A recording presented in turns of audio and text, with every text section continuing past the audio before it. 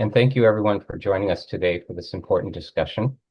I'd especially like to extend a very warm welcome to members of the World Association for Sexual Health who are joining us today. This webinar commemorates World Sexual Health Day, September 4th, and World Sexual Health Month in September. This year's theme is Sexual Justice, What Can We Do? So you might be asking, what is sexual justice? Well, according to Woz, quote, sexual justice exists when all people have the power and resources to make free and healthy decisions about their bodies, sexuality, and reproduction. Sexual justice means building a world where everyone can experience sexual health, rights, and pleasure, free from discrimination, violence, or exclusion, end quote.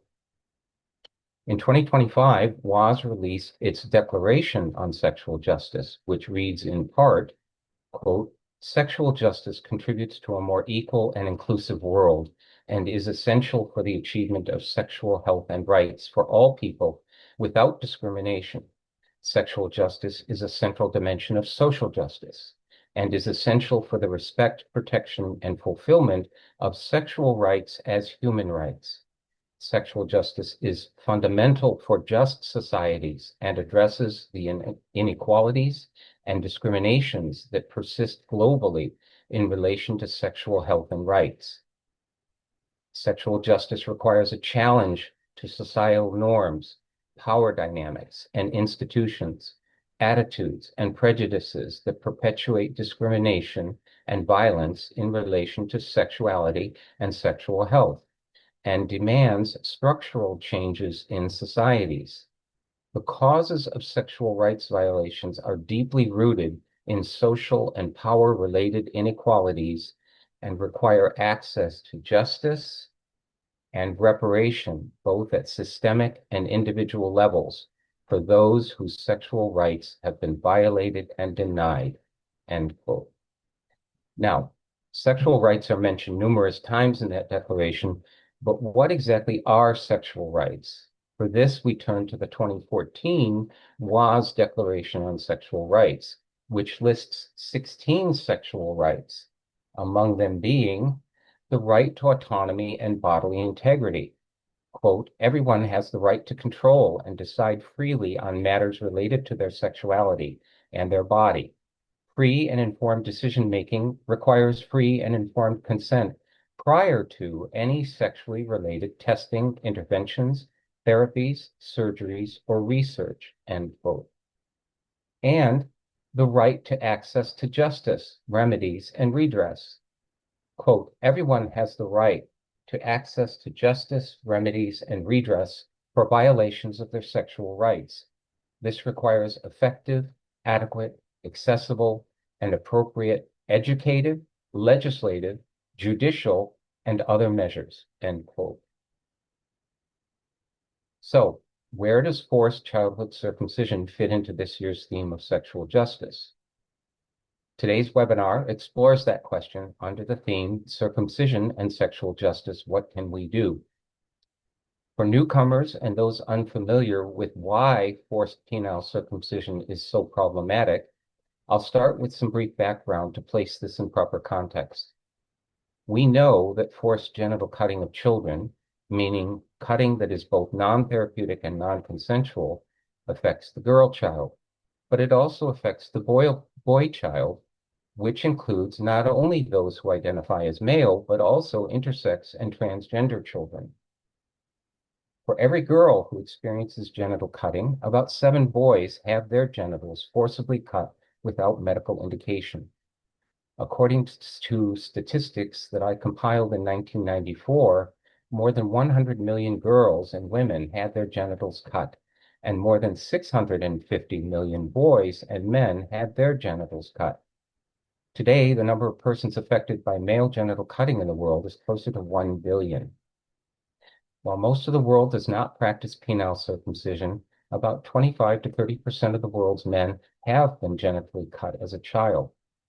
The vast majority are Muslim, but boys are also at risk in Africa, the Philippines, South Korea, indigenous Australian communities, and of course in Jewish communities worldwide. In English-speaking countries like the United Kingdom, Canada, Australia, New Zealand, and the USA, medicalized circumcision gained popularity in the late 1800s as an alleged cure or prevention for masturbation. By the 1960s in the USA, the circumcision rate was as high as 80%. This has now decreased to about 50%, but it still means that more than 1.25 million needless newborn circumcisions are performed each year by physicians. That's over 3,300 infants a day, one boy every 26 seconds.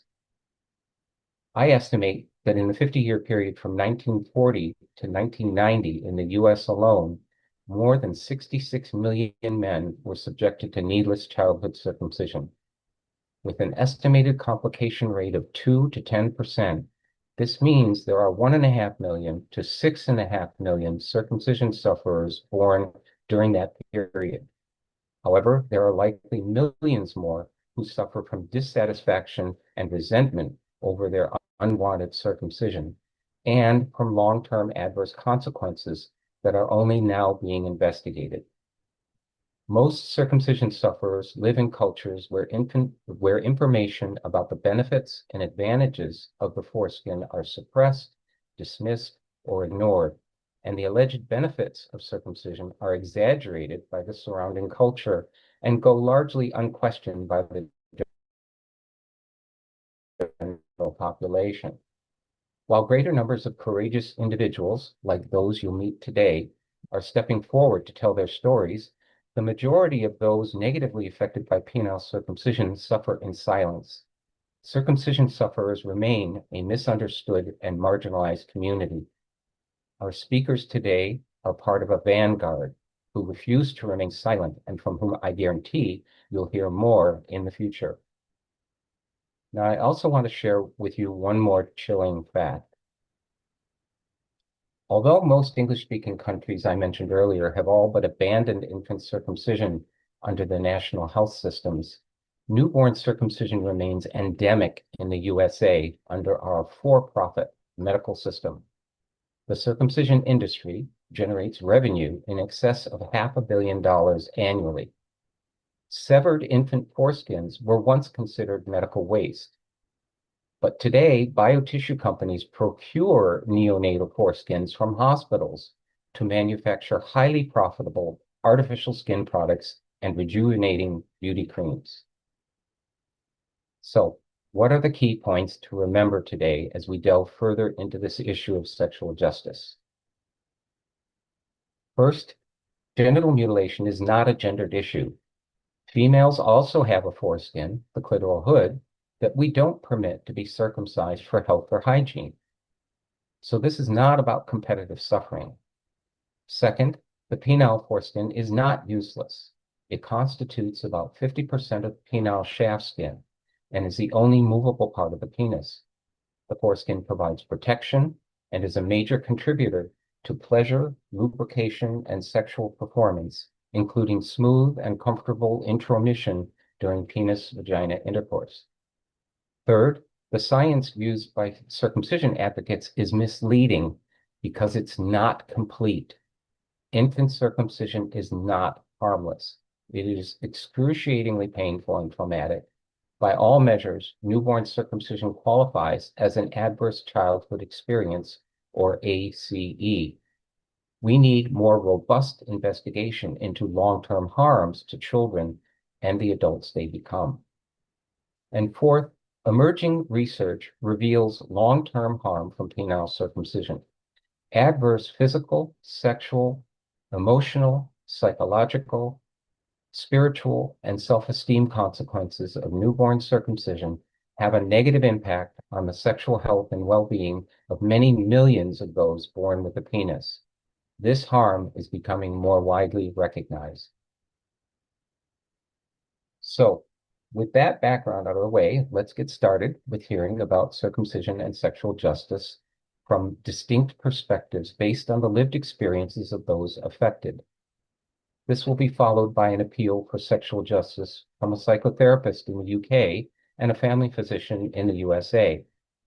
Next, we'll hear from an attorney in the US who is pursuing sexual justice in the courts. Rounding out this discussion will be a presentation of circumcision and justice from religious perspectives.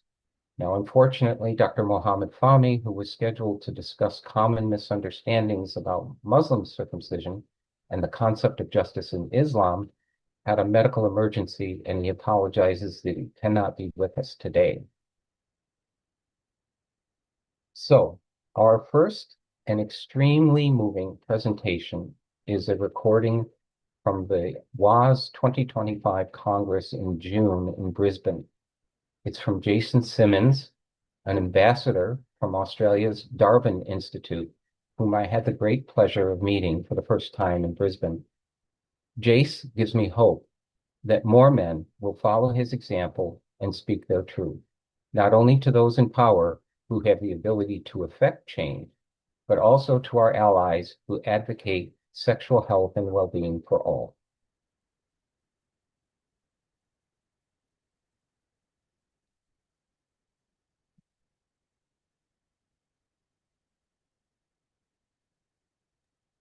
I'm going to share the video now. Again, if there's any problems with tech, please just let us know in the Q&A and we will address it. Thank you so much, Tim, for that intro.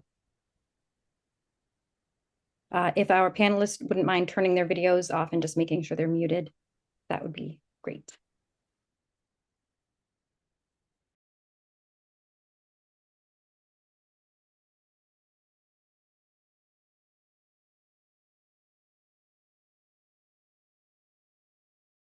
All right. Well, hello there. I'm Jonathan Meddings, the chair of the Darwin Institute and author of The Final Cut, The Truth About Circumcision, and it's my pleasure to be moderating this panel discussion. I want to start with Jason Simmons, who is an ambassador for the Darwin Institute and a circumcision survivor who is bravely sharing his story here for the first time. Jace, how did you first become aware of circumcision harms? Good question. My earliest memory of becoming aware of this issue was I was 3 or 4. I saw the aftermath of my brother's mutilation, my cousin's mutilation, and something just didn't seem right about that. Instinctively, I would pull the skin over my glands, not even knowing what an intact penis looked like at that stage.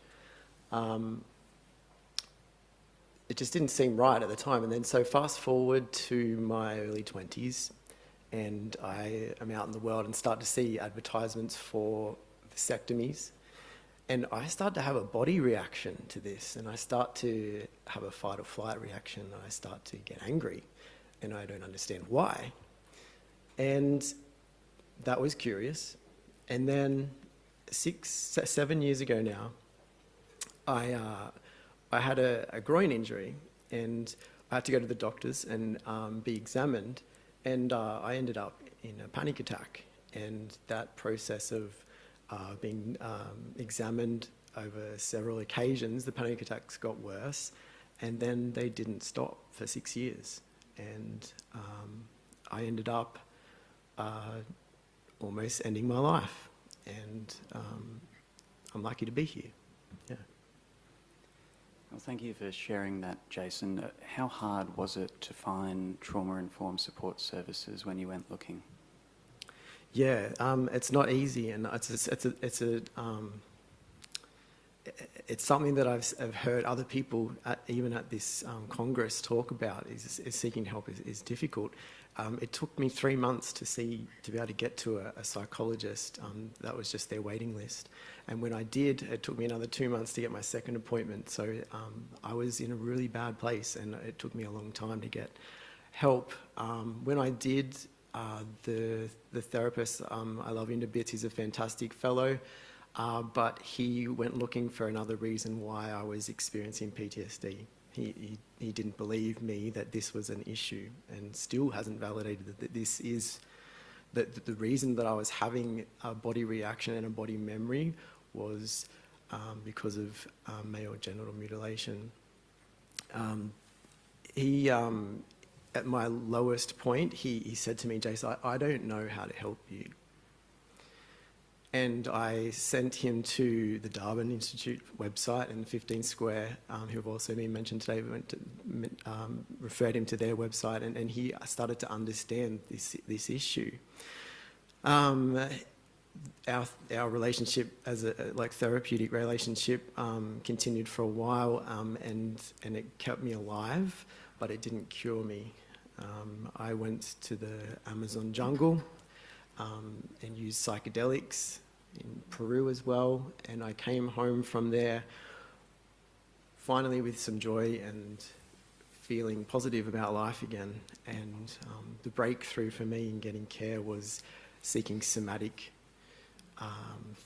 therapy, which I'm doing every week, and that has been a huge breakthrough for me. What would you like to see changed? For me, there's three things. The first thing is what we've all sort of spoken about already, and that is equal protection of every child. It doesn't matter what their genitals look like. We all deserve the same protection. It's just as simple as that. Just as simple as that. And the second thing is that Medicare helped fund my mutilation. So Medicare should be funding my journey to wellness. I've spent a house deposit staying alive. I've spent a house deposit trying to free myself from this. And I believe that there should be an investment from the federal government on helping men like myself and those with a penis to get well. And if that involves psychological services or physical interventions or like regenerative medicine, foreskin restoration, those sorts of things should be supported by the federal government. The third thing, and probably the most important for me, is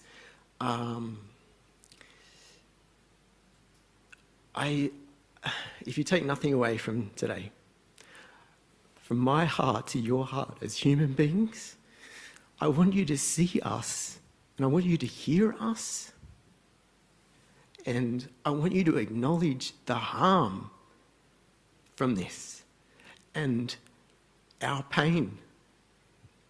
Yeah? And I want you to stand with us and fight. Because the World Health Organization is pushing this again. And it's coming to a country near you. So stand with us and fight, because we stand with you as well. That's all. Yeah. Thank you.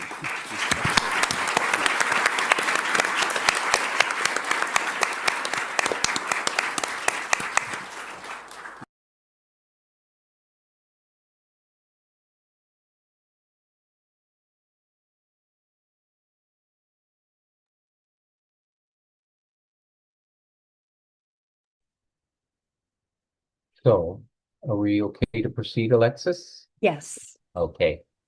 So I want to thank Jace for that very moving presentation. It really drives home the personal impact of what so many of us who have survived this intervention, how it impacts us, and yeah, it's something we all need to pay attention to. So our next presenter is Andrew Little. Andy, as I've come to know him, is a committed and persistent advocate for children's genital autonomy. He serves on the GALDEF board of directors and is currently in medical school in the UK. Andy was born in Ontario, Canada, and has taken the step of demanding legal and professional accountability from his birth hospital and his circumciser for violating medical ethics, as well as his basic human right to bodily integrity. He's here with us today to share his lived experience, as well as his court experiences as a justice-seeking plaintiff.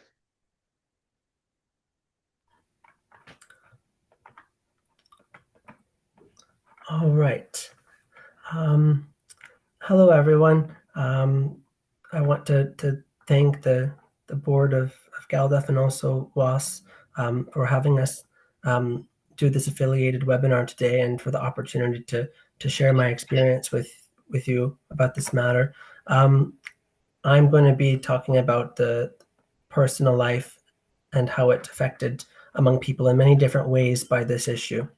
And so this will be quite the whistle-stop tour. It'll be brief, but I'll try and hit the main points. Okay. And so just a little bit about me to start with. I was born 25 years ago in Canada. Right now I'm a medical student with interest outside of this topic, which is always important to keep in mind that we're all people outside of this issue as much as it does affect us. And it's important to hold on to those things. Given that I'm here, I am a genital autonomy advocate as someone who is personally affected by this. And I'm one of the founding members of the Genital Autonomy Legal Defense and Education Fund. And so in this presentation, I'm going to talk about the different components of harm that is inflicted on someone when they're subjected to infant genital cutting. I'll have a quick word about my efforts, and then I will answer our final question: what can we do in our personal life? So I was harmed by infant genital cutting when I was born, the day after I was born, in July of 2000, and I instinctually knew that there was something wrong. The very first day that I learned about this, even not knowing as much as I know now, something felt wrong about this, that someone would permanently alter my body without asking me in a way that didn't need to happen. Immediately, it felt wrong to me at 10 years old. But starting in July 2015, that was when I started to have the obsessive epiphany, as the term is coined by Marilyn Milos, one of the pioneers of this movement. And ever since then, I felt like this issue has casted a shadow on my life, because it's something that when you realize, you just can't forget. It's something that follows you physically and mentally.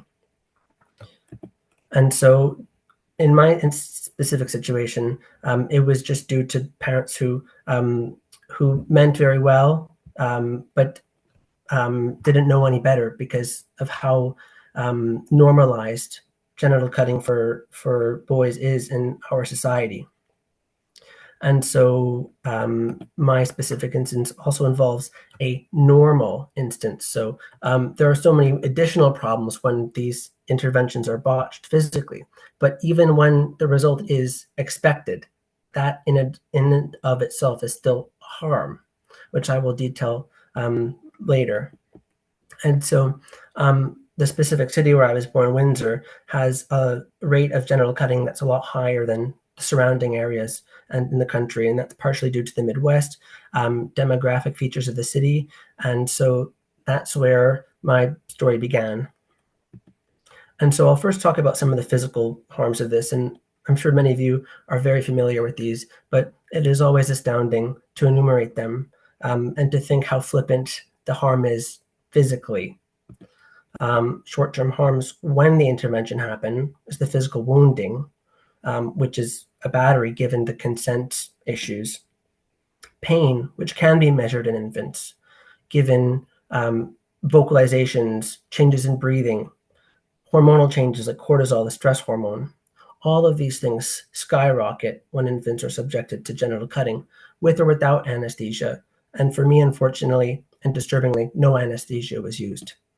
This is coupled with immense physiological distress and long-term harms, permanent loss of a healthy body part, sensational loss, not only from what is amputated, but also what is left behind due to keratinization of the glands and tonic exposure of tissues that aren't meant to be exposed to the elements. Scarring, which can vary among people, many factors, healing, skin tone, flaws in how the intervention is carried out. But even the best case scenario, there's always a scar. And varying epithelial tightness and its effect on sexual activity, as well as dryness, because we're forcefully exposing tissues that are meant to be internal, just like the female genitals have internal parts of them that aren't meant to be on the exterior. And so you can see there is a lot of interconnection between the physical and the sexual harms, which I will talk about shortly. Another key element is the psychosocial aspect of the injury, which involves the deprivation of someone's sense of wholeness. It breeds mistrust and betrayal, given how many failings are implicated in this scenario, both with parents, regardless of how well they mean, with medical establishments, with the legal establishment for tolerating it, and for society at large for tacitly accepting what has happened to somebody and what continues to happen. There is also people's exception that they take philosophically to being deprived of their basic human rights, their right to bodily integrity, their right to have a say with what happens to their body where possible. Another common feature among people affected by genital cutting is that they become reclusive, given familial tensions or writing off societal groups around them, given how offensive this harm is to them. Another key aspect of the psychosocial injury is how infant genital cutting is really a perfect storm for cultivating mental health issues, because it pushes people away from their family, because people are stuck with something harmful that's branded onto them, because there's no resolution. And so it's understandable why we see so many men affected by genital cutting who resort to maladaptive coping behaviors and who isolate themselves socially and who have new or pre-existing mental health conditions that are exacerbated by this issue. So all in all, it is certainly something that robs people of their peace of mind. Not only the people who are physically subjected to genital cutting, but also people indirectly who have unwittingly been complicit in the injury. And so it's very much a grief issue as it progresses in stages, and unprocessed grief is what harms people the most in terms of their mental health in the long term. Trauma is both pre-verbal from the initial event and coming to the realization of what has happened and how inescapable it is in itself a traumatic process to go through. And to live with that every day and to consider how permanent it is. And so, as you may expect, it is a perfect breeding ground of obsessive thoughts and rumination, given the permanence, the lack of closure, the invasiveness, the feelings of violation, the feelings of disgust. These things all go together in a way that creates an entangled web of a psychosocial injury. And so a lot of the times this harm takes away people's lifelines because it pushes them into isolation, because it gives rise to mistrust in medical professionals, even when people stand to gain from health-seeking behaviors. Because people are pushed away from this and because they feel betrayed, they're less likely to reach out for help when they really need it down the road. So it's very much not only a short-term, but a long-term result of the psychological injury. And it's one that lingers. It's very much a latent harm. And so whether someone has realized or not that they've been harmed yet, they still have been. And now for the sexual harms, it is certainly extremely invasive. It's a radical intervention that is foisted onto someone when they can't say no. And it impacts a very salient and private part of the body. So besides destroying erogenous tissue, it leads to extensive sensation changes. This is a very famous figure by from a study by Sorrells and al., which displays the fine touch pressure thresholds of different areas of the male genitals. And as you can see from the diagram, the red and violet colors are the most sensitive, given fine touch sensation and acuity. And as you can see with the diagrams at the top, the intact genitals have much more zones with fine touch sensation and acuity, far greater than genitals that have been tampered with.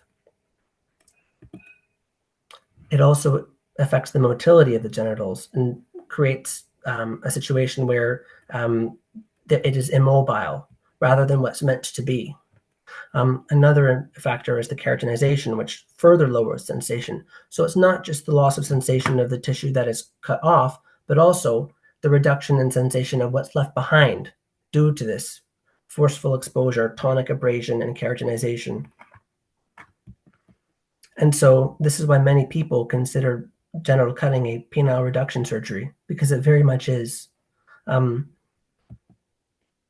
it takes a lot out of someone to come to terms with the fact that that is what has happened to them, or with the fact that that is what they've allowed to happen to someone else. And it's even harder for the entities in our society to come around to admitting that, especially when they hold such a position of trust and continuously double down on it. And so there is a big interplay between psychological health and sexual health. And so what impacts someone in a sexual context also has a ripple effect into their mental health and the psychological injury that we just explored. It also impacts interpersonal relationships in a romantic context, because when someone feels that they've been tampered with physically and they hold on to that mentally, it's something that certainly does get in the way in romantic contexts. And another thing is that it does take away from one's confidence when they feel like their body is inferior, or that it's been tainted by something that they find disgusting.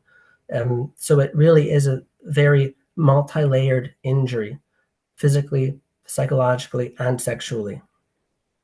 Another barrier to intimacy is the constant intrusive thoughts that people often have when something is branded onto their body, something unwanted, something radical, and something destructive. It's hard for so many people to ignore that. And so when they're trying to enjoy something that they're meant to enjoy, the one thing that they can have with their own privacy, with a partner, and something is infiltrated it, such as male genital cutting, it's easy to see why this is a really pernicious injury that impacts people sexually as well as psychologically.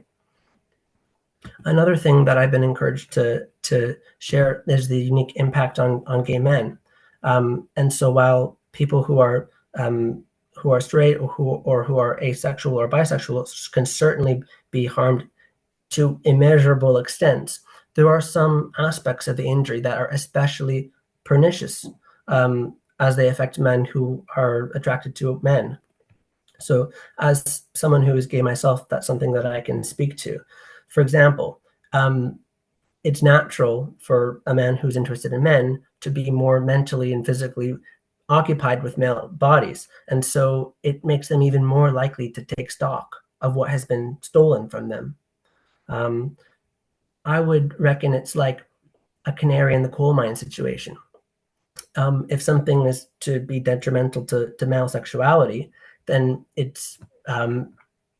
we might estimate that men would be extra sensitive to it when they are in relationships with other men or interested in other men, because they spend more time thinking about the male body, whether their own or partners. Another thing is that having a male partner increases the confrontation with the injury, because whether one's partner is intact or not, either way reminds them of the harm that has been inflicted on either oneself and their partner. So it makes it extra hard to avoid when both you and your partner may be affected by this injury. And so I liken it to be a perfect storm. It's destructive and invasive. It affects such a private and sensitive body part. It involves feelings of violation and disgust. It's permanent, irreversible, and it makes people feel like they're trapped in their body, that they only get one body, and they're holding the bag, even though that it's their own body, and they couldn't do anything about it. The lack of resolution, the lack of justice also feeds into it. The idea that it continues to be inflicted on other people around them, vulnerable people all over the world, and especially in endemic areas. So extra hard to come to terms with what's happened to oneself when it hasn't been made right and it continues happening to other people. It's just one more aspect that makes it hard to ignore. Another thing that we mentioned earlier is how it can distance people from their own family relationships. And so my personal experience is that I hover in between a response of fight and avoid and a collapsed defeat state, because it's so exhausting to be in the fight state forever. But in order to move forward, it involves a lot of uncomfortable realizations and a lot of effort to try and make things right, even if it's not fair that one's in this situation to begin with. And so, as a sum, all of these different factors are really the perfect breeding ground where these phenomena manifest. Continuous rumination, a mistrust of the medical profession, the legal profession, others in society, isolation, and a deleterious effect on mental health.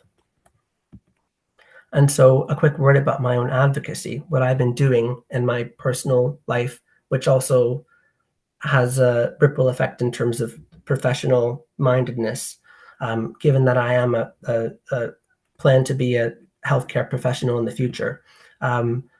It is my goal and the goal of other genital autonomy advocacy organizations to challenge the issue and to prompt change. In the Passive Xena CPSO complaint, which is the College of Physicians and Surgeons of Ontario, that's the medical regulatory organization in Ontario who deals with doctor licensing and disciplinary actions. And so my goal with this was to confront the issue and to spur change, even if it were to fall on deaf ears, which it did, unfortunately. But that doesn't mean we shouldn't keep on knocking on the door or taking a battering ram to it. And I escalated that to an HPARB appeal, which is the appeals board from the complaint with the medical licensing agency. And in addition, having exhausted other remedies, I initiated a civil lawsuit 4 years ago, which is still ongoing. And this was initially against both the OBGYN who physically harmed me, as well as the hospital who provided the venue for it and enriched itself from it. And at this time, the proceeding continues just against the OBGYN who harmed me physically. And so my goals in that is to confront the issue in the courts, because it has not yet had its day in court, at least in Canada. And I would hope that I could set a precedent that's valuable. And so other overarching goals is to raise awareness, both among the public and among professionals, and to, last but not least, perhaps get some personal closure and to help others achieve the same by trying to pave the way for them. And so what can we do in our personal life in terms of male genital cutting and justice? We shouldn't tolerate it. But what do I mean when I say that? When we are a passive bystander and we don't do anything, despite knowing the problem, we can't be still on a moving train, can we? And so in effect, we're tolerating something unacceptable. I encourage everyone to speak up about it. Don't be a passive bystander. Whether it's a social situation, we're dealing with infants who are in harm's way, or people who already have been harmed and are working to find redress and to move forward. Another thing is to support people who are at risk of genital cutting or those who have already been affected, whether that is someone themselves who's been a victim physically, or their family or their network who has also been implicated in this issue and is in a position to help them. And as great as nice words are, they don't go quite as far as actions. So it is always much more preferred for people to put their good to put their energy into helping, whether that be through supporting organizations that advocate for genital autonomy. This could be financially. Everyone's so busy these days. Well, everyone only has so much time, but financial support certainly does go a long way. Volunteering is also a great option, and so is promoting, spreading the word about this issue and about what we can do to help, what organizations are out there that help people and advocate and spur change. And of course, the learning never ends, whether it's from one's own learning journey or whether it's helping to educate others about this, which is one of the parts of GALDEF's mission as the Legal Defense and Education Fund. And so I'd like to finish by acknowledging our many, many, many helpers and supporters and donors and volunteers and affiliates and associated organizations and allies. I thought maybe I would need to use multiple slides for this, but GALDEF is fortunate to have many organizations to support us, and we support them as well. All right. Thank you for listening, and that's all from me.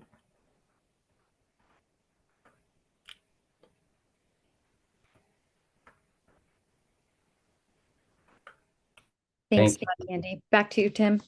Yeah, thank you, Andy, for that excellent in-depth presentation. Just making an adjustment here on my screen. Our next presenter is Carrie Cantrell. Carrie is an esteemed member of GALDEF's Advisory Council who will clarify the various ways that differences in sex characteristics can manifest for intersex people, how these differences are medically treated, but more often than not mistreated, as well as sharing the impact of penile circumcision on their lives. In this recording, Carrie will refer to the Hadachek v. Oregon case that will be explained later by attorney Eric Klopper.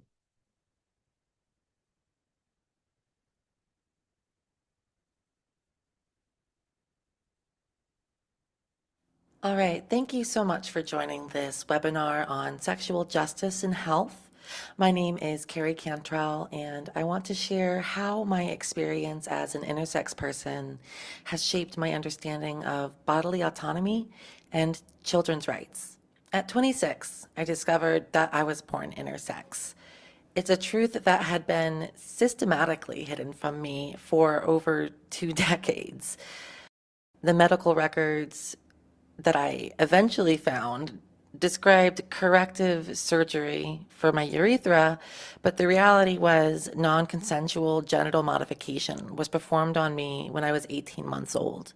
This experience has profoundly impacted my life, physically, emotionally, psychologically, and like many who experience childhood genital cutting, I live with permanent damages and changes to my body, like ongoing medical complications and the psychological impact of having my most intimate anatomy altered without my consent. And I think that perhaps most significantly, this experience really fundamentally altered my ability to trust medical professionals, my family, and societal institutions that were all supposed to be there to support me but failed to protect my bodily integrity as a child. So it's crucial to understand that intersex people experience a wide range of differences in sex characteristics. This includes atypical genitalia at birth, hormonal or chromosomal variations, sex-typical external genitalia with atypical internal reproductive organs, or various combinations of these characteristics. But importantly, intersex genital cutting doesn't only affect those born with atypical genitalia. Many intersex individuals are born with male typical genitals and are subjected to routine newborn circumcisions, experiencing the same harmful practice that affects non-intersex males, but often without ever learning about their intersex status. This reality connects intersex experiences directly to the broader movement for genital autonomy, as we face the same fundamental violation, non-consensual alteration of healthy genital tissue based on adult assumptions about our bodies and futures. This is why I support the groundbreaking Hadachek v. Oregon constitutional challenge. Oregon law currently protects children assigned female at birth from genital cutting, but offers no such protection to those assigned male or born intersex. This legal inconsistency reveals that protection from genital cutting isn't based on preventing harm. It's based on discriminatory categories. The same justifications used for intersex surgeries are used in routine male circumcisions, yet Oregon legally rejects these justifications only when applied to female children. This constitutional challenge seeks equal protection for all children, regardless of their sex characteristics at birth or gender assignment. Through GALDAF and Intact Global, intersex voices are finally being included in legal discourse about genital autonomy, ensuring our experiences inform the fight for universal protection. 10 years ago, when I moved to Oregon, I started out as a poet and a performer and a street activist and a community volunteer organizer at local broadcast stations. And 10 years later, I'm still advocating for childhood genital autonomy. And I'm completing my communications degree from Oregon State University, expanding into research and media creation that explores cultural approaches to bodily integrity.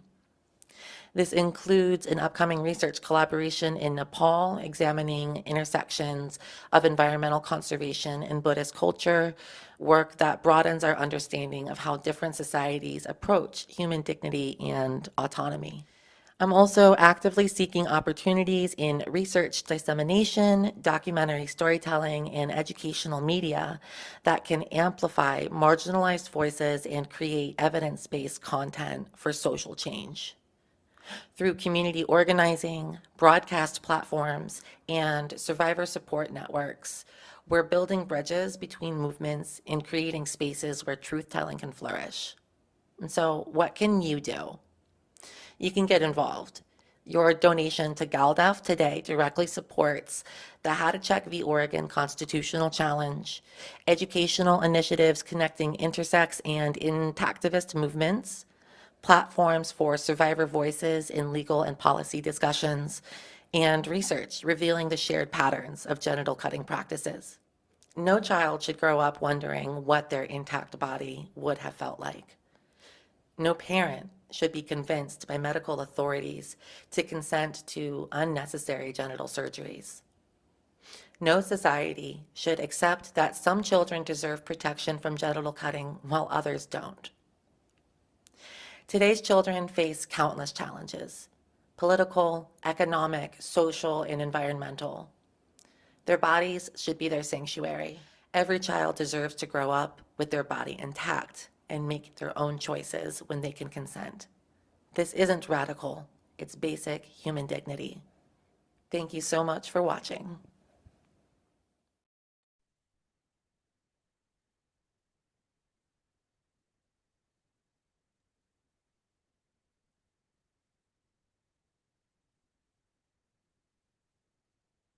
Thank you very much, Carrie. Really appreciate that video. It explained a lot to many of us. Next, it's my great pleasure to have you meet Alana Arshad. Ali speaks from the perspective of a trans feminine person affected by penile circumcision. She is the founder of the Genital Autonomy Collective of Portland, Oregon, and is also a valued member of GALDAF's Advisory Council. Thank you, Tim. Howdy, folks. I'm Alana Arshad, founder of the Genital Autonomy Collective and Advisory Council member of GALDAF. I've been speaking on genital autonomy for about 10 years with the goal of really bringing intersectionality to the movement, intactivism and genital autonomy movements. I'm an intersex trans feminine woman, yet it did not stop me from being subjected to penile circumcision.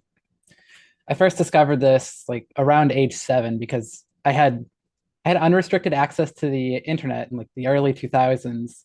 And this was kind of part of being groomed for childhood sexual abuse, which, please bear with me, is a lot more present with me today because of the recent sentencing of the perpetrator. But even with that abuse just never held the same presence on my sense of self as my violated genital autonomy. Yet people really only address that because it's a more enfranchised grief and really used it as a means to ignore any circumcision grief. I sought out support for my violated genital autonomy in therapy, and I was disenfranchised time and time again. My first therapist actually minimized my circumcision by betraying my patient confidentiality. They even brought it up in a session with my parents and tried to triangulate with them to confirm their own biases on the subject. And my father asked me, "Do you feel like because you're circumcised, you need to be a woman?" And believe it or not, I didn't talk about circumcision for nearly 7 years in therapy after this. Later on, when I was seeking gender affirming care through an orchiectomy, which is the removal of testicles, I was met with disenfranchisement again in medical care. Exploring my gender affirming goals was quite complicated because of the entanglement of iatrogenic circumcision caused genital dysphoria and gendered genital dysphoria. They're extremely similar feelings because they're both dysphoria. And I was at the consult for my orchiectomy, and I brought it up with the surgeon that I have trauma around childhood genital cutting, and their response was, "I don't do touchy-feely stuff." I had a panic attack going into surgery, and I suspect that lengthened my recovery time. A study that I looked at while preparing for this talk was genital hypoplasia and gender-affirming vaginoplasty, prior orchiectomy, penile length, and other factors to guide surgical planning. Genital hypoplasia is just meaning reduced development. In their conclusions and analysis, they almost entirely focus on the effects of prior orchiectomy on the likelihood of needing skin grafts, despite their data showing circumcision having a much larger effect on the likelihood of needing skin grafts for vaginoplasty. As if circumcision is a factor that negatively impacts their patients, but they just won't address despite the data. And this is mirrored within like the trans community with just very similar avoidance whenever it would come up with the topic of vaginoplasty. People would always like try to shut down the issue with one of three things. Just you still can get a vaginoplasty because that's a very high bar, or that it doesn't impact sensation, or one can still achieve orgasm, as if orgasm is the end all be all of pleasure. Or the most pointed, I think, is that non-US surgeons often don't accept circumcised patients, but it almost never came with any thoughts to why that might be. After these discussions, I'd often approach people with the topic of non-surgical foreskin restoration to gain more erogenous tissue as a means of improving vaginoplasty results or reducing complications. We at the Genital Autonomy Collective encourage people to pursue exercises of genital autonomy, such as non-surgical foreskin restoration, as an affirming care option for both iatrogenic and gendered genital dysphoria. We also host intersectional support groups, peer support groups, which are another effective avenue for healing and exercising autonomy. Doctors mostly aren't helping, but we can take control and help ourselves. I'd also like to call for more research, such as our paper with the Journal of Bodies, Sexualities, and Masculinities, which is currently in review. Our testimonials emphasize that there is no person better positioned to determine the meaning and desirability of potential genital modifications than the person whose genitals would be affected. This really could be an important point of solidarity between the intactivism movement and trans, intersex, and gender diverse people. I believe that this coalition building is one of the best ways for trans rights activists to gain allies and cis men who often feel excluded due to violations of their own genital autonomy. Thank you. I'd also like to thank GALDEF for pushing for us to be included here today, and also our work together at Pride.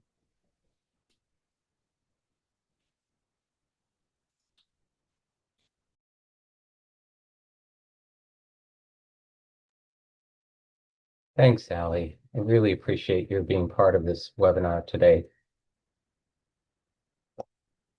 Our final presentation of lived experiences is from Lilith Raza, a transgender Pakistani refugee living in Germany. I'm pleased to share with you this recording of Lilith speaking at the 2025 Worldwide Day of Genital Autonomy in Cologne, Germany this past May.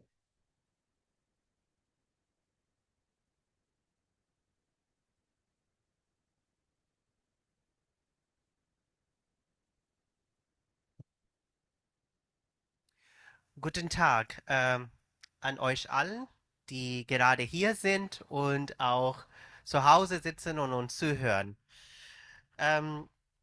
Ich bin Lilith Raza und ich bin Mitglied von Mogis e.V. Und heute werde ich über meine persönliche Geschichte ein bisschen erzählen. Ich stehe heute hier als eine Transfrau, als jemand, der lange gebraucht hat, um den eigenen Körper zu verstehen und zu akzeptieren. Aber auch als jemand, dem schon als Kind etwas genommen wurde, das niemals hätte genommen werden dürfen. Ich wurde als Kind beschnitten. Nicht, weil ich krank war, weil es medizinisch notwendig gewesen wäre, auch nicht dafür, sondern weil es normal war, in Einführungszeichen. Weil es in meiner Familie, in meinem Umfeld einfach gemacht wurde. Ich bin in einer muslimischen Familie geboren und aufgewachsen und es ist normal in vielen muslimischen Familien, dass die Kinder nach der Geburt entweder am 7. Tag oder im 7. Lebensjahr beschnitten werden, vor allem Jungen. Es gibt auch welche muslimischen Familien, bei denen auch die Mädchen beschnitten werden. Ich konnte nicht zustimmen. Ich konnte nicht verstehen. Aber ich habe den Schmerz gespürt. Und noch viel schlimmer, ich spüre ihn bis heute. Denn was bei meiner sogenannten Beschneidung passiert, ist mehr als ein kleiner Schnitt. Menschen würden immer ausgelacht. Ja, du redest darüber, als wäre dein Finger abgeschnitten oder dein anderen Glieder von Körper abgeschnitten. Nein, es ist kein kleiner Schnitt. Es ist meine Vorhaut und es gehört zu mir. Es ist ein Eingriff in die körperliche Unversehrtheit, in die Intimsphäre, in das Selbstbestimmungsrecht eines Kindes, eines Menschen.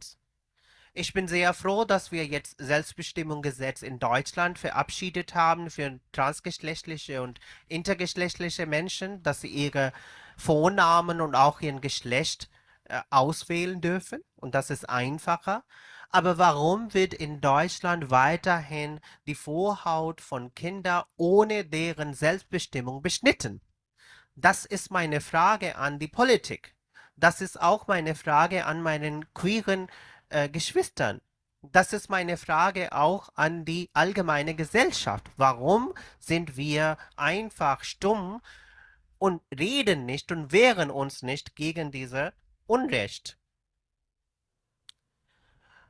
Viele sagen, ach, das ist doch harmlos oder das gehört halt dazu. Aber ich sage persönlich nein.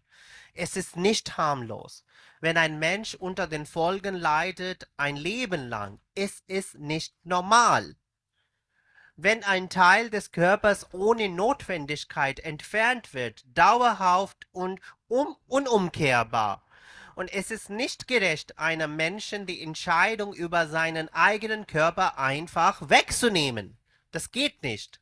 Das gehört nicht zu einer Gesellschaft, wo wir über Kinderrechte sehr laut sprechen und auf die Fahne schreiben. Das geht gar nicht. Ich möchte aber heute keine Schuld verteilen. Das will ich nicht damit. Ich möchte gerne Bewusstsein schaffen. Ein Kind kann nicht entscheiden, aber ein Erwachsener für das Kind sehr, sehr gut entscheiden. Ob das nicht zu tun und ihm die Wahl zu lassen. Wirkliche Selbstbestimmung bedeutet, warten zu können, bis ein Mensch alt genug ist, um selbst Ja oder Nein zu sagen. Ich teile diese Geschichte nicht, weil es leicht ist, sondern weil ich weiß, dass ich nicht die Einzige bin. Viele tragen dieses Thema im Stillen mit sich. Auch Scham aus Angst oder weil niemand zuhört. Ich bitte euch, hört zu, fragt nach und schützt Kinder. Selbstbestimmung beginnt nicht erst mit 18. Sie beginnt da, wo wir aufhören, über die Körper anderen zu entscheiden. Vielen lieben Dank.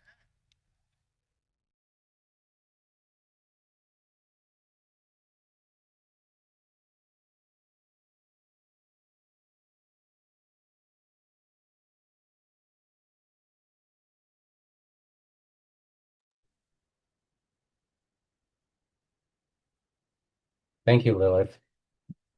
I want to express my appreciation to all of those presenters here today for their courage and willingness to share their most personal and intimate experiences with us today. At this point, it seems appropriate to introduce the next inspiring speaker, Leanne Morris. As a psychotherapist, Leanne has worked with circumcision sufferers in the UK. She understands and stresses why it's so difficult for these affected people to come out, as well as their struggles to get the medical and mental health communities to take their concerns seriously.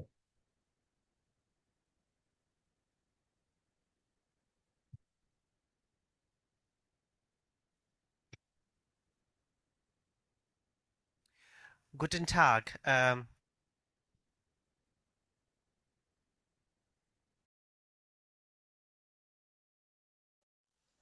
Hello, I'm Leanne Morris, a psychotherapeutic counsellor from the UK. When we talk about justice, we often think about the courtroom or about fairness in society, but sexual justice asks us to go deeper. It asks whose bodies are truly protected, whose consent is respected, and whose pain is silenced.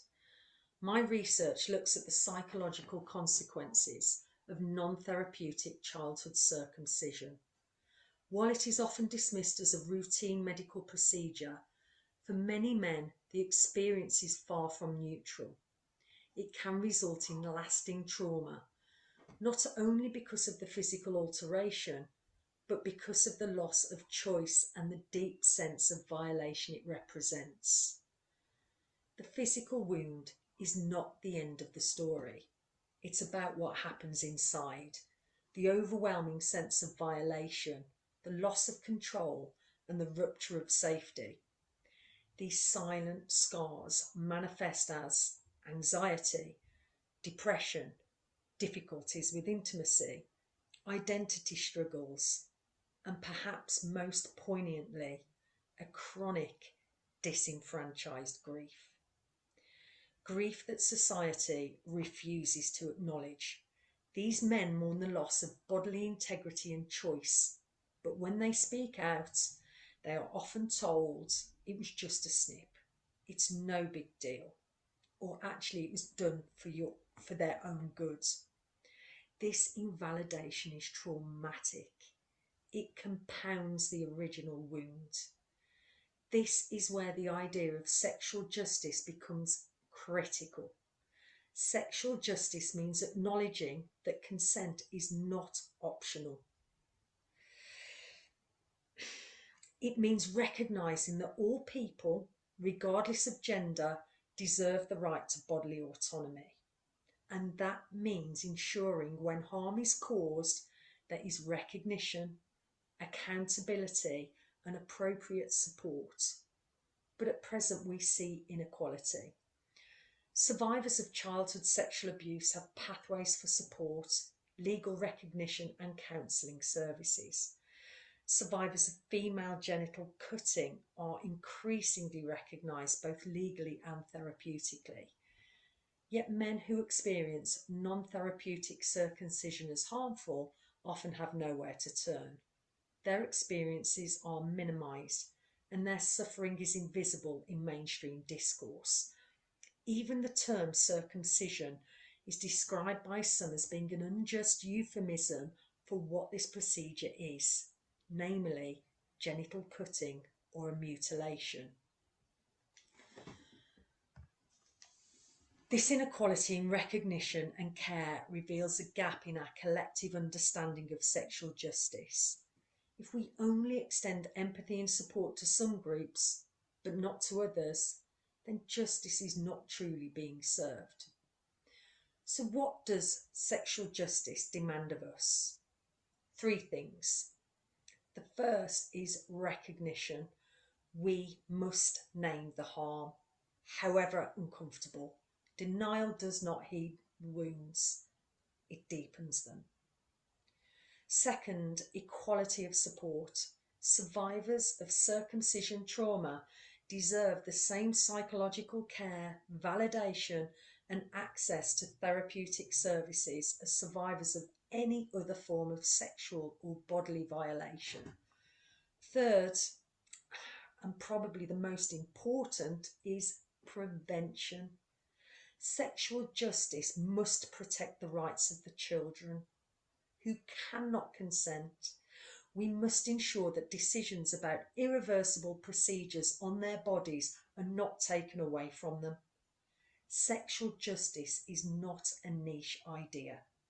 It is about ensuring that all people, regardless of gender or cultural backgrounds, have the same rights to safety, dignity, and bodily autonomy. Sexual justice is not comfortable. It forces us to look at practices and assumptions that may be deeply ingrained. But justice has never been about comfort. It has always been about fairness, equality, and humanity. By recognising circumcision trauma alongside other forms of sexual harm, we take a step towards a society that is not selective in its compassion. We move towards a just society. Thank you for listening.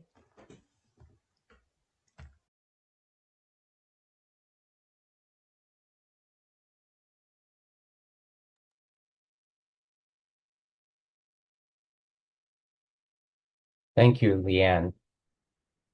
Now we turn to Dr. Leif Thompson, a family physician in the state of Alaska and a member of the GALDEF Board of Directors.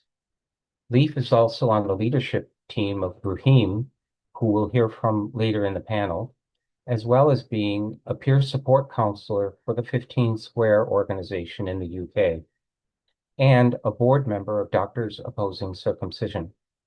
I've known Leif for many, many years and respect his unwavering commitment to share information on what most doctors don't know, but need to know about sexual anatomy, genital autonomy, the issue of where true consent should lie, and the importance of maintaining a consistent ethical position for all children, regardless of sex, in order to faithfully uphold their Hippocratic oath to do no harm.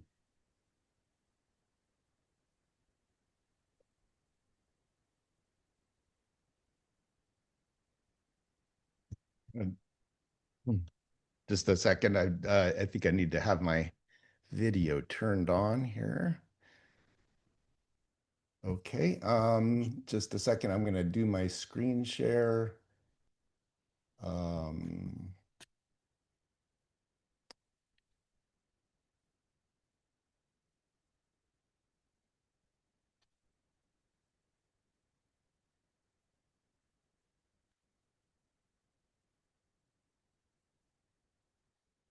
And I'm going to start slide. So do you all see my first screen here? It seems very zoomed in. I don't know if that's I don't know if people are seeing that too. I don't know if one of the other Let me panelists. see if I can make that smaller. Sorry for the. Oh, yeah. I don't know if you just changed it or if I did. I think I am. Whoops. I'm not sure why it's so large. Is the top of the slide, should we be seeing the three symbols right at the top, or is there more above it? Yeah, there's more to it. You know what I'm gonna do? I'm gonna get out of the I'll just share my the non slideshow. Well, you know what? Let me Stop share and just a moment.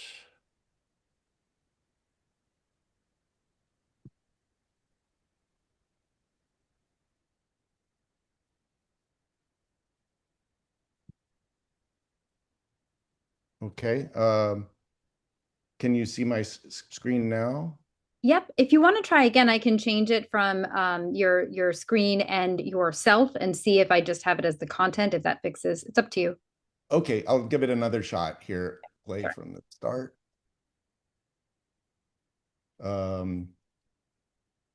I'm hoping that that's showing everything on the screen. I think it is actually, if it's showing what I have on my screen,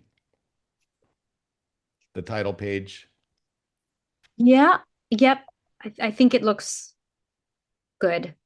Okay, well, sorry for the technical difficulties, but I'll jump right in. Um, Thanks for that great introduction, Tim. And I want to add to that I'm also suffer from circumcision, so I have a very personal stake in it as well, as well as trying to look at it more objectively from the medical perspective. I'm going to jump right into the talk here. Listen, the first thing I want to say, as far as what medical practitioners can do and those in the healthcare professions, is that we need to listen to those who are suffering. I want to mirror what Leanne Morris said in her presentation. But I think by far the most important thing we can do is to start to listen to the lived experience of those who are suffering from non-consensual genital surgery. The first slide here that I want to bring up is one that explains the prevalence paradox. And that leads to a cycle of silence that keeps the sufferers from speaking about what harms they've experienced. So I have on one side, there's medical providers, and on the other side, you have those who are suffering. And I have the three monkeys, and the monkeys are split. The medical side is not wanting to see or listen to what is happening, and those who are suffering are reluctant to speak. So I'll start with the suffering side. The perception on the sufferer's side is that that their fears, they fear that they will be dismissed when they're revealing their problems. They fear rejection. The behavior that results from that is that they avoid bringing up concerns with their providers. This in turn goes to the perception of the medical provider side, is that circumcision does not cause harm. I've never heard a man complain. And circumcision is normalized, and men complaining are abnormal. And this leads to the behavior on the side of the medical practitioners that they want to avoid the topic or minimize patients' concerns and problems when they do bring them up. The emotion on the provider side is that they want to embody their authority, that's pride, but there's also an element of defensiveness, that they don't want to acknowledge that practices that either they or their profession has done is causing harm. On the those suffering side, there's a feeling of fear to bring up the topic. This leads to isolation and leads to anger. So that was the first thing, listen. The next is learn the anatomy. Medical practitioners need to know what it is they are operating on. Circumcision is not just a snip. It's the removal of what amounts to on an adult male of about 12 to 15 square inches. It's a small amount on an infant, but their finger is also small when they're born. The size of the tissue removed at infancy is not a reflection of how much the operation is affecting that person. The foreskin is not a redundant flap of skin. It's amputation is not just a snip, and circumcision removes a half to over half of the penile skin system. In terms of anatomy, I, along with most medical practitioners, did not get an accurate depiction of what the foreskin was when they went through medical school. When I was in medical school, back in 1997. I was taking my anatomy class, 96, 97.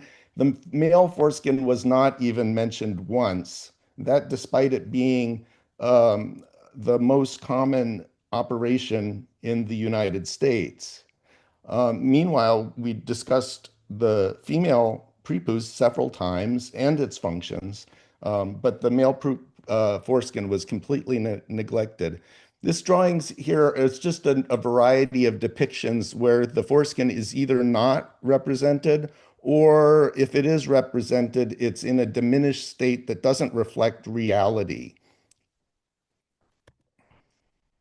So this is going into a little bit more detail on what is the foreskin. There's an inner and an outer flap of skin. Whoops. Uh, uh, on the foreskin. The outer skin has hair on it. The inner skin is mucosal. On the underside of the penis, there's the frenulum, and at the junction between the inner and outer foreskin, there's an area called the Frenner band or the mucocutaneous junction. And if you go to other parts on your body, like the lips, like the anus, very sensitive areas, the mucocutaneous junction on the penis is also very, very sensitive. So when we're looking at the penis, we have a list of the sensitive areas: shaft skin, outer foreskin, and the glands. Those are the less sensitive areas. And the most sensitive areas are the Frenner band or the mucocutaneous junction, the inner foreskin, and the frenulum. Move forward to this next picture shows a well-known study showing the penile sensitivity. I'm going to back up a little bit and refer to a 1996 study by Taylor, which was one of the first to document the number and type of specialized nerve endings that were contained within the foreskin. Incidentally, he did not find these nerve endings, or found them to a much lower extent within the glans penis, which most American doctors assumed to be the most sensitive part of the penis. It is not. But this 2007 study by Sorrells was trying to document where is the most sensitive part of the penis, what areas are sensitive, what are less sensitive. And it was doing a fine touch sensitivity, meaning what's the lowest amount of of stimulus, tactile stimulus, to be registered as something that the patient felt. And it turns out that the most sensitive area on the penis is the foreskin. And within that, the most sensitive part is the proximal frenulum, the underside of the penis, not right under the glans or the head of the penis, but a little bit further down.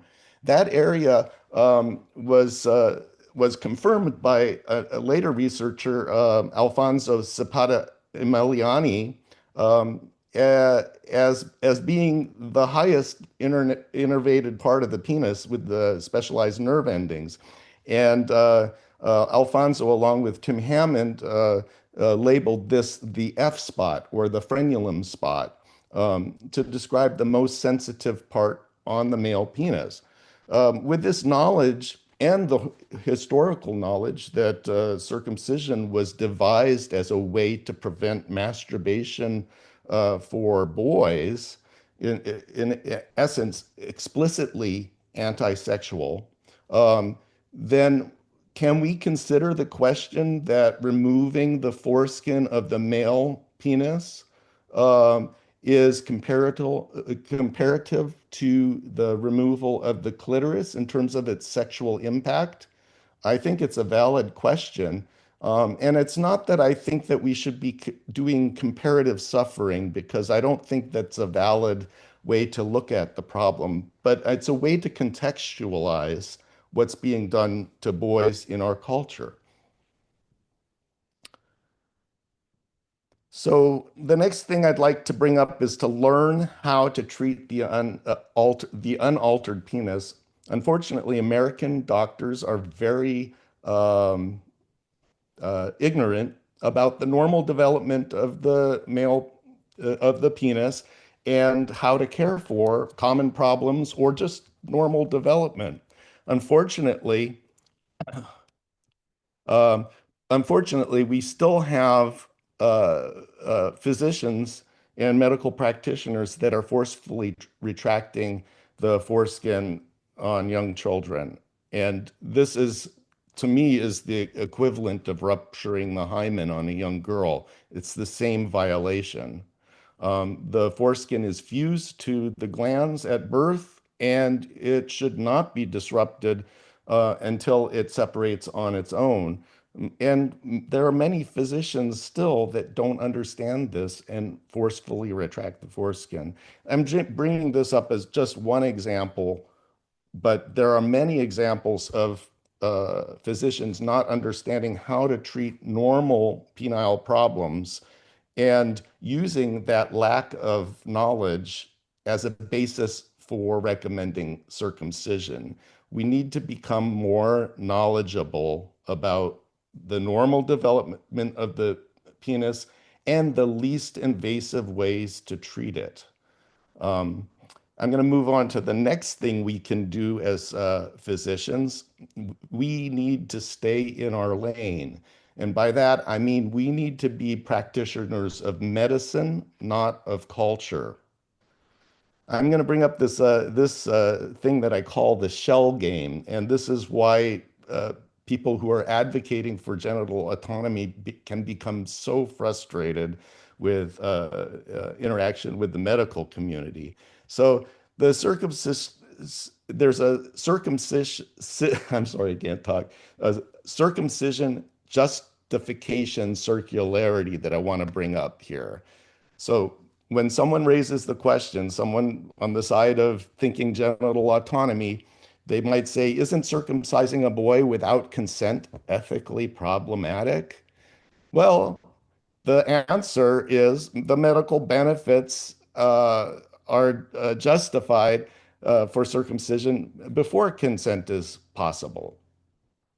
So the next question might be, but the medical reasons for circumcision are really not that well established. Can't it wait until the boy can decide for himself?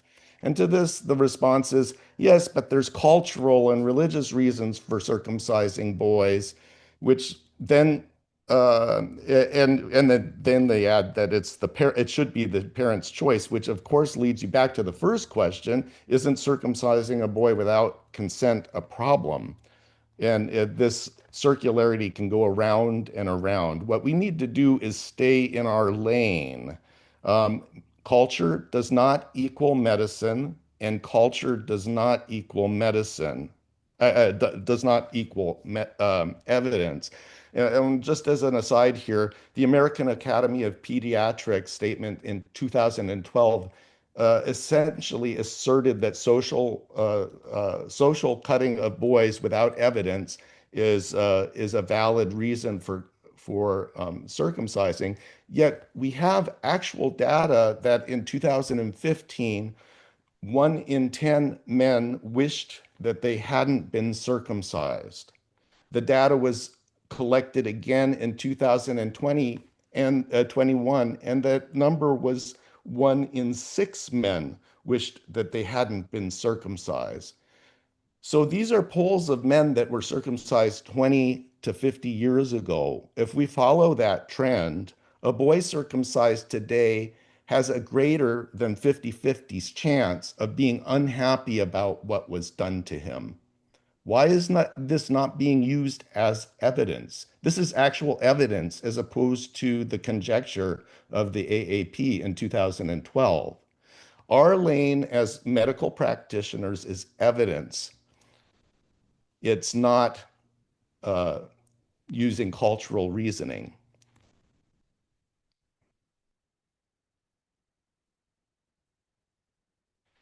Next thing that I think we should consider as physicians is to create an ethical structure that does not discriminate based on sex. Our genitals look different, but everyone's genitals arise from the same embryological tissue. We start life as a undifferentiated fetus and with a genital tubercle that looks the same on males, females, and even those that might develop into variations on sexual characteristics. But our genitals start the same, and then they develop into male and female structures, and finally develop into the adult structures that we see here. Again, I point out that the foreskin is underrepresented in this drawing. But the main point I want to make here is that the male and female external genitals are homologs. We are more similar than we are different. Regarding genital practices, there's no anatomical basis for treating males and females as fundamentally different. Both forms of genital excisions excise erogenous tissue, which arises from the same genital structures. So going along this line of thinking, we have the differentiation into male and female, and then we have persons that develop other variations on sex characteristics, sometimes referred to as intersex. So if we're to look at all children as a group, before 1970s, none were protected. Children were seen as a property of their parents. They had no rights on their own other than that. It wasn't until the development of the feminist movement that body rights became an issue that was put forward, and we owe a debt to the feminist thought that created this idea that we should have a right to control our own bodies. So this during the 70s to 90s, female genital cutting, which was then referred to as circumcision, changed the terminology to female genital mutilation. The cutting of a female's genitals was seen as a violation of human rights, and selective laws were created to protect girls and women, but intersex children and children born with penises were not protected. In the 1990s to 1920 to the present, the persons with genital variation were entering into the discussion of should this be allowed? There at present, I think there's 5 or 6 countries that have either limited or restricted the practice of intersex genital cutting, but it's by no means a universal trend yet. We still have a long way to go. But at the present time, the question of male genital cutting is still left outside many of the spheres of ethical discussion. And as of yet, there's no country in the world that protects males from non-consensual, medically unnecessary genital cutting. So with this question to creating an ethical structure that does not discriminate based on sex, what I would like to see in the future is that we move from a system that separates the protections based on their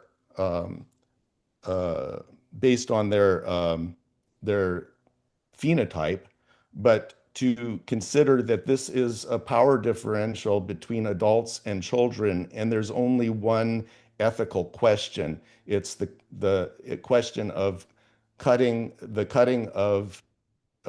it's the question of protecting all children from the cutting of their genitals when there's no consent and no medical necessity. So I like the term child genital cutting or child genital mutilation rather than separating it into its separate categories. So along this line, we need to learn as medical practitioners the ethics of consent, including surrogate consent and informed consent.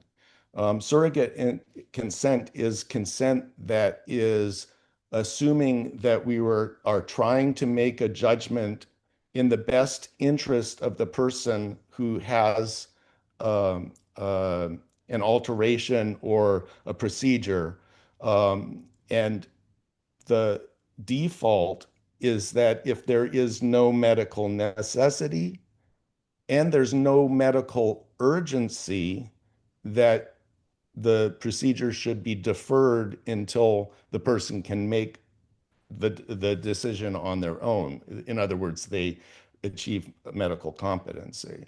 The problem we have now also is that we must have fully informed consent. And right now, what's happening is physicians are deferring to parents, and whatever their state of knowledge is, all they are requiring is that the parent consent, but they are not providing information for informed consent. So as medical practitioners, we need to engage with the ethics of consent and understand the ramifications of falling outside of the normal ethics that are developed at this time. We're just ignoring them with circumcision. So the last thing I would like to put on the list, and sorry, I think I'm going a little over the time that I meant to, but we need to collect morbidity and mortality data worldwide. It's essential that we count the harm that's happening, and we should start, I think it's going to be a difficult thing to document the psychological sexual harms, but an easy lift would be to just document the morbidity and mortality from these genital cutting practices worldwide. Boys bleed out, girls bleed out and die from this. Likewise, from infection, we should be documenting this, and the World Health Organization should be funding research in this area. It boggles my mind that this is being ignored. But we need to start counting the harms that are done. That's the area of medicine. Medicine needs to do this. And the final image that I want to leave you all with is that we are all born with our own sacred flower. That's our genitals. Everyone has a right to their own genitals. My vision is for a world where all children can grow up free from the violence to their bodies and to have an open future to choose what is done to their bodies, regardless of the shape of their genitals when they're born. We all have a right to our own beautiful sacred flower. Thank you. Thank you, Leif. Well said.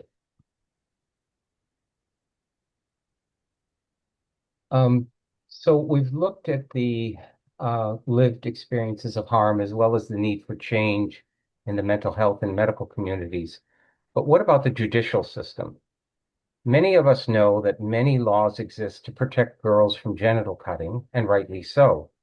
In a few places like Malta and Germany, laws exist to also protect intersex children. It's a different story, however, for those born male. Despite groundbreaking attempts in recent years in Germany, Iceland, and Denmark, politicians there have failed to pass legislation to legally protect boys from forced genital cutting.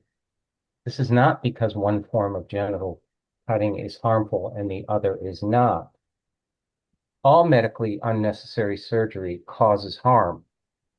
In a 2006 case involving a woman subjected to unnecessary cosmetic surgery, a California appellate court determined, quote, even if a surgery is executed flawlessly, If the surgery were unnecessary, the surgery in and of itself constitutes harm, end quote. Legal efforts in the US to protect boys from forced genital cutting began in the early 1980s, but victory has remained elusive. In the US, forced genital cutting of girls is rare, but legal protection efforts began in the 1990s, achieving victory in 1996 with the enactment of the federal FGM statute. The first prosecution under that statute occurred in 2018 when a Muslim physician was charged with nicking the genitals of girls in her local Dawoodi Bohra community.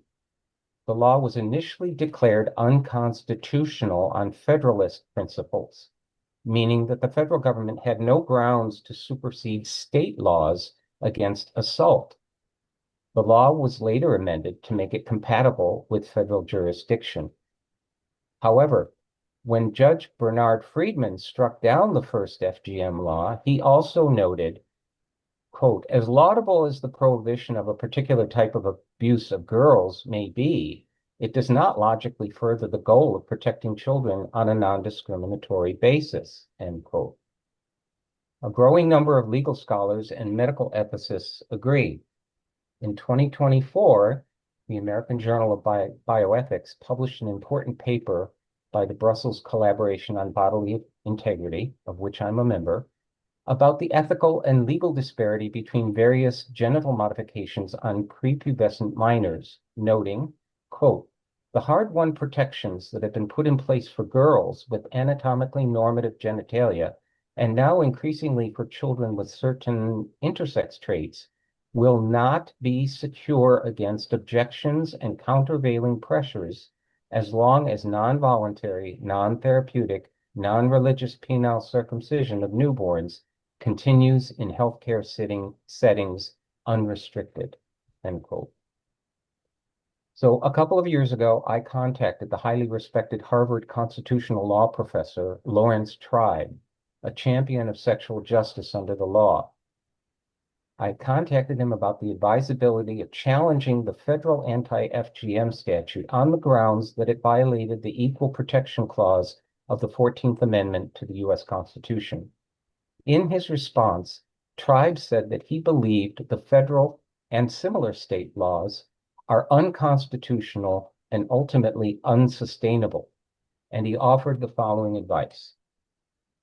Quote, as someone whose life has been wrapped up with matters of equal liberty and dignity without regard to sex, gender identification, or sexual orientation, I believe the expansion of rights isn't the exclusive province of the federal judiciary. Litigating issues like this under state constitutions in state courts is an option we should explore, end quote. So following the advice of Professor Tribe, our next speaker will discuss steps being taken in the US to remedy this injustice through impact litigation. Eric Klopper's vision and courage demonstrate his commitment to justice in the broadest sense, which of course includes sexual justice, gender justice, and justice for all those who suffer from unwanted childhood genital cutting.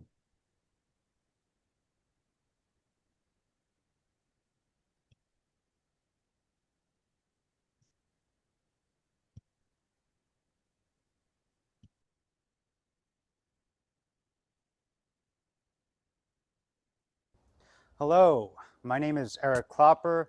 I am an attorney, the founder of the Klopper Law Firm and the founder of Intact Global, and also the president.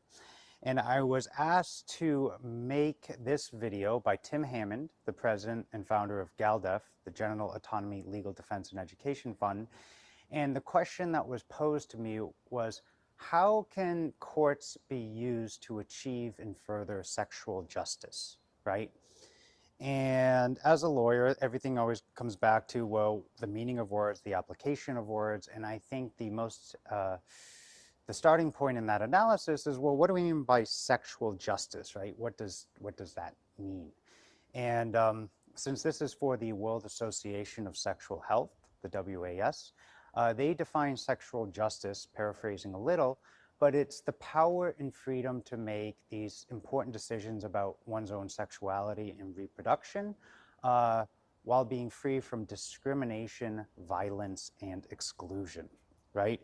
And I want to focus on how do we ensure that people are free from discrimination, violence, and exclusion, particularly in the context of genital cutting, medically unnecessary, non-religious genital cutting. Because in the United States, unfortunately, we are the leader in medically unnecessary, non-religious genital cutting, which is when medical professionals or other individuals will sever highly functional parts of minors' genitals without their consent and without any medical indication. And as the testimonies of thousands, tens of thousands, perhaps more men have shown, including myself, is that when you remove functional body parts from infants, well, you're also removing sexual function, you are trampling on, some would argue, human rights, and certainly infringing on people's sexual justice, because it is a violent act to amputate functional parts from an individual. And as the WAS, World Association of Sexual Health, will recognize, as sexual rights are typically a subsection of human rights. And certainly in America, American culture can be squeamish of sexuality, but the reality is without sex, none of us would be here. It's an exceptionally important and central part of our identity, and it is central to the continuation of our species and existence. So it's exceptionally important, even if culturally a lot of people are uncomfortable addressing this in any serious capacity. And we're very grateful Tim and others are hosting this event. But when we're talking about sexual rights being a subsection of human rights, well, in society, there's another analogous types of rights, which is constitutional rights, right? And constitutional rights and human rights often overlap. They're not 100% analogous. But one of those constitutional rights that I really want to delve into in my short time here is the right to equal protection, right? Because you can use constitutional rights to challenge particular statutes that may not protect everyone equally. Now, you can use these constitutional rights to advance society and the law. And we've seen that before with other sexual justice issues, like discrimination against same-sex individuals. Anything but male and female marriage was not recognized in the US until 2004, 21 years ago in Massachusetts with the Goodrich case. By 2015, 11 years later, the Supreme Court said same-sex marriage, or the right to marry the individual that you love, is enshrined in the constitutional right to privacy. Well, similarly, and that happened on a state-by-state basis. So it happened in Massachusetts first, I think Vermont was shortly thereafter, some other states, and then 10 states a year until the Supreme Court. And so what my law firm is doing with the support of Intact Global, the nonprofit I'm president of, GALDEF, the nonprofit Tim Hammond's president of, is we are following a similar path in which we're challenging the discriminatory nature of statutes that only protect females from medically unnecessary genital cutting. And we've already filed our first constitutional challenge in Oregon called the Hadachek v. State of Oregon constitutional challenge. And what the court may be able to do in Oregon is the court actually has the constitutional authority in that state to extend the right to be free from this type of violence for females. They have the right to extend that protection to all children equally on a non-discriminatory basis, so independent of sex. The court could also just issue a declaration to say an anti-female genital cutting statute violates an equal protection principle and stay the litigation instead of strike the statute. So essentially tell the legislature to fix the statute or get rid of it. And the Supreme Court has precedent as well that if there is a statute that discriminates on the basis of sex or other protected characteristic like skin color, national origin, whatever, then the courts have authority to strike the statute or extend it, depending on what the statute is and the circumstances. And so what we're looking to do with your support and the support of the US and global community is to take a critical look at these anti-female genital mutilation statutes, and instead of striking these statutes, use the courts to extend them to protect every child equally, no matter their sex. And that would be in accordance with the constitutional principle of equal protection under the law. And it would also help advance sexual justice, because one of WAS's key abiding principles is the right to bodily autonomy and bodily integrity. And it seems self-evident, but if you're cutting off functional body parts from an individual, sexual body parts, against their consent, or without their consent, then that would be a violation of one of the fundamental principles of sexual justice. So we're hoping the lawsuit in Oregon and lawsuits that follow will follow in the same path as the right to marry the individual that you love. And with your support and the support of the broader community, we believe that this can be done, hopefully in 11 years or less, just like the same-sex marriage victory demonstrates. So again, my name is Eric Klopper. I appreciate you tuning in. And if you want to reach out to me, my email is eric, E-R-I-C, @intactglobal.org. Thank you so much, and enjoy the seminar.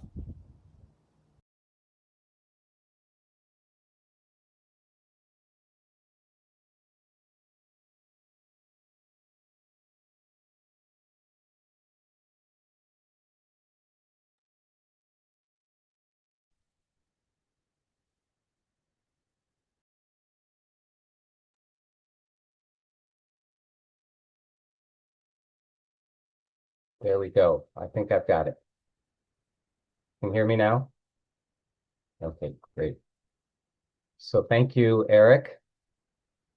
To wrap things up, I need to acknowledge that whenever the topic of medicalized, non-ritual penile circumcision is discussed, concern about religious ritual cutting is not far behind.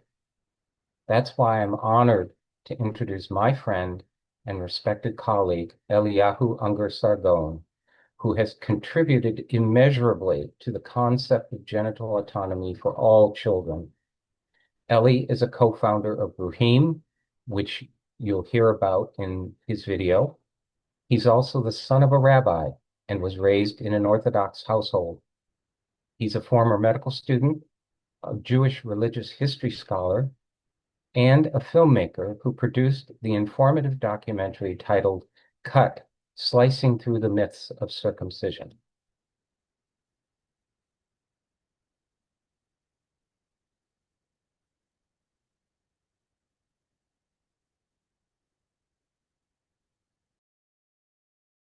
Hi, my name is Eliyahu Unger-Sargon, and I'm one of the co-founders of Bruchim, a US-based nonprofit organization that advocates on behalf of Jews who have chosen not to circumcise their boys. I want to start by telling you what I'm not here to do. I am not here to tell you that the Jewish tradition opposes infant circumcision. This kind of an argument would be dishonest and counterproductive. In fact, I'm not a fan of any statement that claims that a diverse 3,000-year-old religious wisdom tradition speaks with one voice about anything. But I am here to argue that the Jewish tradition has plenty of room for the perspective that infant circumcision is wrong, and that Jewish communities in 2025 have plenty of room for intact Jews. The practice and indeed the meaning of Jewish circumcision have a long and complicated history that goes back to our earliest texts. But a familiarity with those texts tells a more complicated story than what most people understand. While a full treatment of these topics is beyond the scope of this presentation, I will say that we have incontrovertible historical evidence that Jews have, from the beginning, had their doubts about circumcision, and that Jewish opposition to infant circumcision has always been a feature of its long history. Indeed, one of the very first foreskin restoration devices in recorded history was called the Pondus Judaeus, Latin for the Jewish weight, a linguistic echo of the many Jewish men who grew up to reject the covenantal cut in the ancient world. In the medieval period, we have a remarkable comment by a key French Talmud scholar that betrays a familiarity with parents who refrain from circumcision because they don't want to cause their children pain. In the 19th century, we have the founders of the Reform movement in Germany harshly criticizing the practice as barbaric. And of course, today, Jews are overrepresented in the leadership of the genital autonomy movement. On the Jewish communal front, I can report anecdotally that the decision to forego the cut has become much more common than it used to be. A recent survey of UK Jews found that fully 15% of Jewish parents had chosen not to circumcise. And while we still don't have quality data from the United States, many American rabbis are noticing that more and more parents are opting out. This should all be incredibly encouraging to anyone who cares about sexual justice and the rights of children. So what threatens our progress on this issue? Well, in a word, it's anti-Semitism. I've been ringing this bell for a while now, but the problem has only gotten worse, so I'm going to take this opportunity to say it again. If you want a fighting chance for progress on this issue in the Jewish community, you need to be openly committed to the fight against anti-Semitism. In the post-October 7th world, everyone in the Jewish community is on edge. Jews in the diaspora are being blamed and attacked for the actions of the state of Israel in Gaza, and this environment has had a chilling effect on what my Jewish brothers and sisters are willing to talk about. Jews are human beings, and when we feel that our need for safety is not being met, we shut down and we circle the wagons. So what can you do given all of this? Well, the easiest move here is to refer anyone who has concerns or questions about this topic from a Jewish perspective to us at Bruchim. We understand from the inside what the community is going through in this moment, and we have the vocabulary to reassure people that they are safe and can have difficult conversations about a taboo subject without the fear of running into some kind of hate speech. But more than that, I want to encourage you all to find the words to express solidarity with Jews who are suffering from the largest spike in anti-Semitism in modern memory. This need not come at the expense of real solidarity with the Palestinian people, whose suffering at this time is so acute that it often renders me vibrating with righteous anger. The idea that the human rights of Palestinians and Jews are somehow mutually exclusive is one of the biggest lies being told on both sides of this horrible conflict, and I, for one, reject it in the strongest possible terms. Justice that leaves anyone behind is not really justice. Rights selectively applied are not really rights, and a cause that either perpetuates or tolerates bigotry is not a cause worth fighting for. The fight for sexual justice must include Jews, and Jews must fight for sexual justice. Let's work towards a better, less violent world together.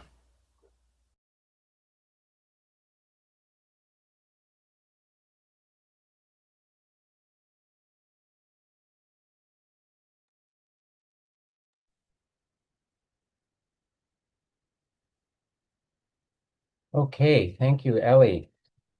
So this completes our panel of presenters, which I hope has given everyone a great deal of food for thought when it comes to the matter of circumcision and sexual justice, and that it inspires you to join us to work for change. Now, we've reached our 2-hour point here, and so we don't have a lot of time for questions here, but I'll just check the question and answer log here to see what we have. And there is one question that I think might deserve a response here. A lot of the rest were comments. Anonymous attendee asked, I'm curious how the panelists think the intactivist cause will be impacted if regenerative medicine is able to restore people's foreskins in the future, such as 4Gen or other groups, especially in the legal cases. To that response, I would say that once a regenerative method is found to restore the foreskin, the person's own foreskin, not a graft from someplace else, this is going to be a watershed moment for the movement, because men will have medical recourse. Intersex people, transgender people who've been affected by penile circumcision will have medical recourse for this. And I predict that probably what will happen is insurance companies that paid for these circumcisions when the child was an infant will probably be on the hook for paying for the regenerative medicine methods to restore people who've been damaged by circumcision at a time when they could not consent and when it was not medically necessary. That would be my only response. I would open it up for a minute or two to anyone else on the panel who wants to respond to that question.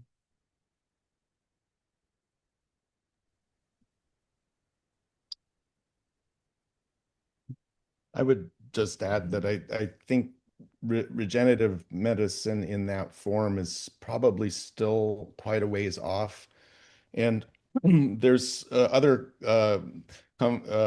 complicating factors, including the atrophy of the receptive areas of the brain that would receive the signals from a regenerated foreskin and then, along with the neural pathways. So the path to having a completely normal functioning foreskin for someone who's been circumcised, I think is still a ways off.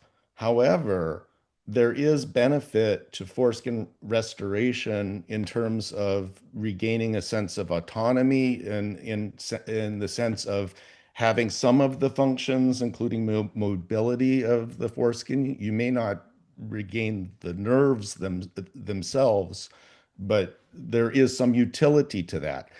I believe that men who are paying the expense on their own for foreskin restoration should be compensated from medical systems that have allowed this practice. And I just think that we're well overdue for that. We have the technology, men know how to do this, but they need to be assisted. So I'm just thinking more the immediate future. Right. You're talking about manual foreskin restoration methods that do not involve surgery or grafting or anything like that. Yeah. I agree. So we've reached the 2-hour mark. I want to thank everyone who submitted thought-provoking questions. We've reached the end of our time together. But before we close this webinar, I want to encourage all of our attendees to consider supporting the various organizations with whom our presenters are affiliated. On your screen are the various speakers and the websites where you can reach them and make a financial contribution to each organization's mission. Thank you all again for your attendance today, and I wish you all a pleasant good day or good evening.